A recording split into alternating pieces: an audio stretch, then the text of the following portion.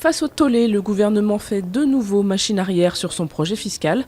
Exit l'harmonisation à 15,5% des prélèvements sociaux sur les très populaires plans d'épargne en action, plan d'épargne logement ou épargne salariale.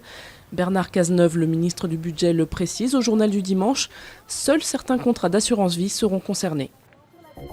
La grogne des Bretons contre l'écotaxe est montée d'un cran samedi. Le Finistère a été le théâtre d'une manifestation à la violence sans précédent. Conséquence, même dans les rangs socialistes, certains élus demandent au gouvernement de revoir sa copie. Pour les opposants, le grand rendez-vous, c'est samedi prochain à Quimper, un rassemblement qui s'annonce comme le point culminant de la mobilisation.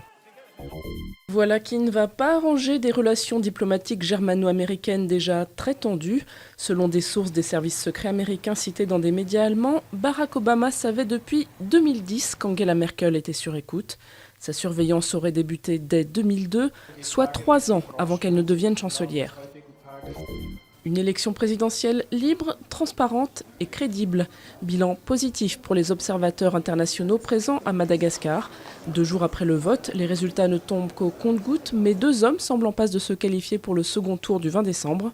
Celui soutenu par l'ex-président Ravalomanana et l'homme du parti de Rajoelina, l'actuel président de transition. Sébastien Vettel, un champion puissance 4. Pour la 4e année de suite, le pilote allemand est devenu champion du monde de Formule 1 après sa victoire au Grand Prix d'Inde. À 3 manches de la fin de saison, Vettel ne peut plus être rejoint au classement. 4 titres, c'est aussi bien qu'Alain Prost. Mais au palmarès mondial, Vettel est devancé par son compatriote Michael Schumacher, 7 titres, et l'Argentin Fangio avec ses 5 couronnes.